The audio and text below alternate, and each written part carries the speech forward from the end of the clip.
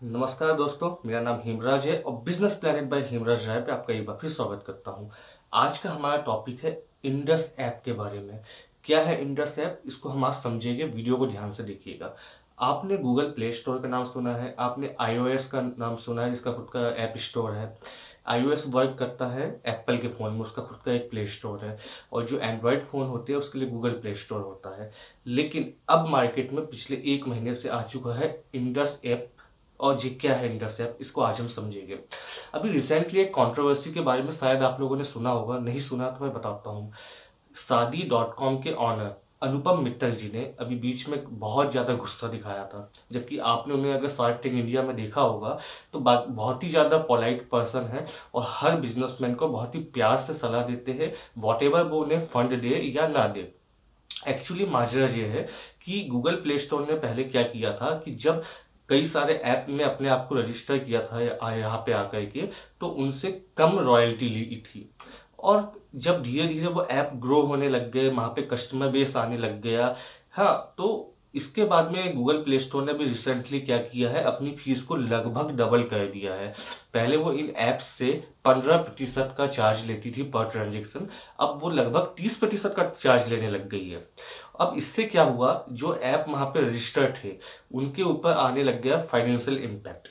देखिए क्या होता है ना, हर कंपनी की अपनी एक प्लानिंग होती है कि मैं इतना प्रतिशत मार्केटिंग में खर्च करूंगा, इतना अपने एम्प्लॉयज़ की सैलरी में दूंगा, इतना इंफ्रास्ट्रक्चर पे खर्च करूंगा, जो भी ऑफिस वगैरह हो गया, इतना मैं अपने एम्प्लॉयज़ की ट्रेनिंग में लगाऊंगा ताकि वो और अच्छा परफॉर्म कर पाए, और इतना इतना परसेंटेज मैं अपने वेंडर्स को दूंगा।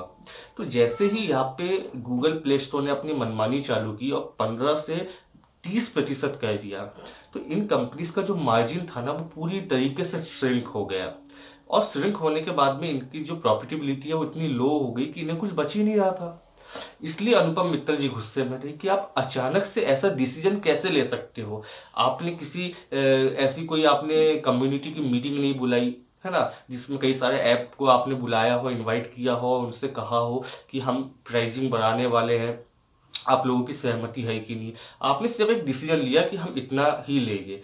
यही नहीं, पहले क्या होता था, थर्ड पार्टी वेंडर जो होते थे, जैसे लाइक रेजर पे का नाम आपने सुना होगा, कुछ ऐसी कंपनियां होती जिनके माध्यम से ऐप स्टोर वाली जितनी भी कंपनियां हैं वो पेमेंट उठाया करती थी। और जो भी वेंडर कंपनी होती थी, फाइनेंस पार्टनर, उन्हें कुछ शेयरिंग देना पड़ता था, लाइक 1%, 2% या 5% तक। यहाँ पे प्ले स्टोर ने क्या मनमानी कर दी है, गूगल प्ले ने, कि आपको हमारा ही यूज करना है जो थर्ड पार्टी वेंडर है। इट मीन्स वो उसमें भी कमाने की देख रहा है। देखिए, कोई भी कंपनी अगर कमाने की सोच रही है तो इसमें कोई गलत बात बिल्कुल नहीं है।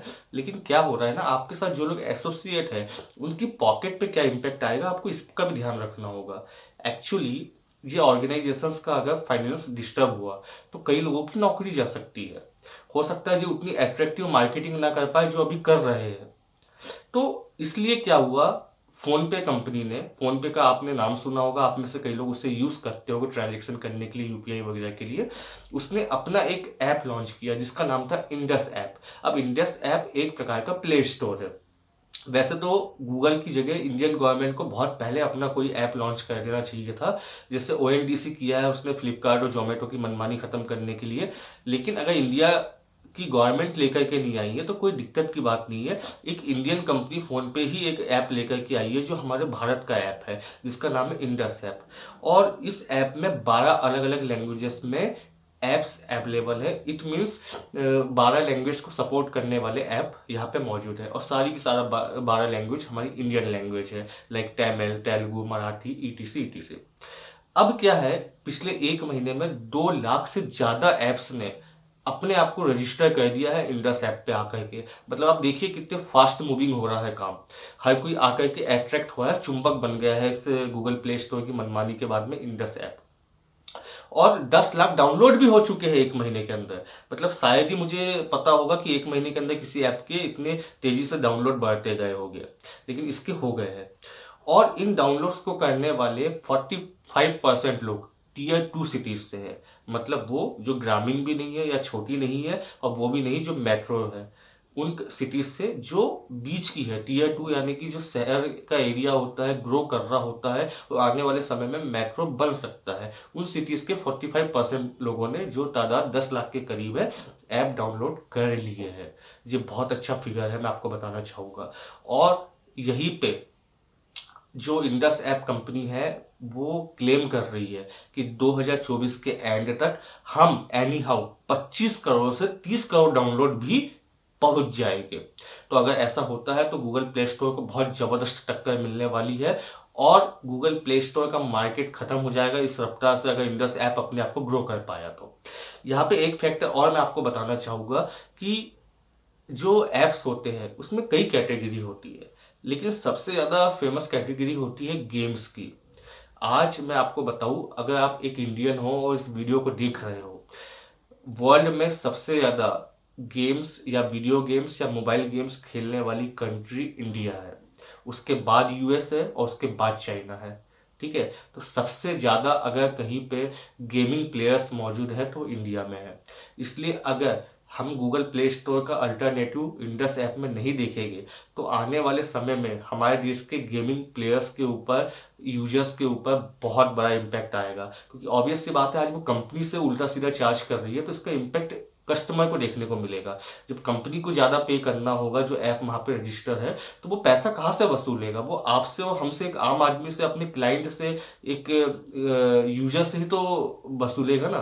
तो अगर हम इंडस ऐप पे जाते हैं, क्योंकि वो अभी 1 साल तक तो पूरा फ्री है, उसके बाद देखते हैं क्या चार्जेस आते हैं, लेकिन अभी तो वो टोटल फ्री है। और उसकी सबसे अच्छी चीज़ क्या है कि वहाँ पे उसका खुद का एक मेमोरी है। वो क्या करता है, जब आप इंडस ऐप को अपने फ़ोन में डाउनलोड करोगे तो आपको एक बेनिफिट मिलेगा कि आपके फ़ोन के अंदर जो भी अनवांटेड ऐप है उन्हें वो साइलेंट मोड पर डाल देगा। मतलब कि उन्हें वो यूज़ नहीं होने देगा और आपकी मेमोरी अनवांटेड ऐप्स की वजह से फुल नहीं होगी। और साथ ही साथ जो वहाँ पे ऐप्स है जिन्हें आप यूज़ कर रहे हो, उन्हें टाइम टू टाइम अपडेट भी ऑटोमेशन पे कर लेता है। गूगल प्ले स्टोर की तरह हमें जाके अपडेट नहीं करना पड़ता है, लेकिन गूगल प्ले स्टोर से किए हुए ऐप को जब भी हम अपडेट करते हैं तो मेमोरी हमेशा बढ़ के आती है। यानी कि हमारा मोबाइल का जो मेमोरी है वो फुल होते जाता है, पहले से ज़्यादा इंक्रीज हो चुकी होती है।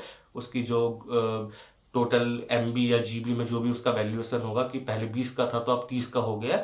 लेकिन इंडस से जो ऐप आएगा उसको इस तरीके से डिजाइन किया गया है कि वहाँ पे आपके फ़ोन की मेमोरी कम यूज़ होगी, ज़्यादातर उसका क्लाउड ही मेमोरी को यूज़ कर लेगा जो उसने बना करके रखा है खुद का। तो ये एक आपको बेनिफिट मिलेगा इंडस ऐप को यूज़ करने से।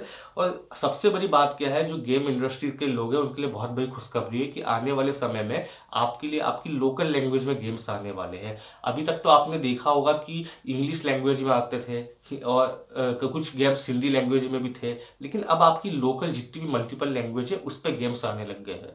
तो अगर हम गूगल प्ले स्टोर के माध्यम से इन ऐप्स को लेंगे तो हमें ज़्यादा रॉयल्टी देनी पड़ सकती है, लेकिन इंडस ऐप से हमें काफ़ी राहत मिलेगी। इंडिया का प्लेटफॉर्म है तो इंडिया की लोगों की पॉकेट के अकॉर्डिंगली ही कोई चार्ज मांगेगा, हर कुछ नहीं मांगेगा। और चूंकि अभी न्यू है, स्टार्टअप है, तो अपने आप को ग्रो करने के लिए आपको बहुत अच्छे अच्छे एक्साइटिंग ऑफर देगा।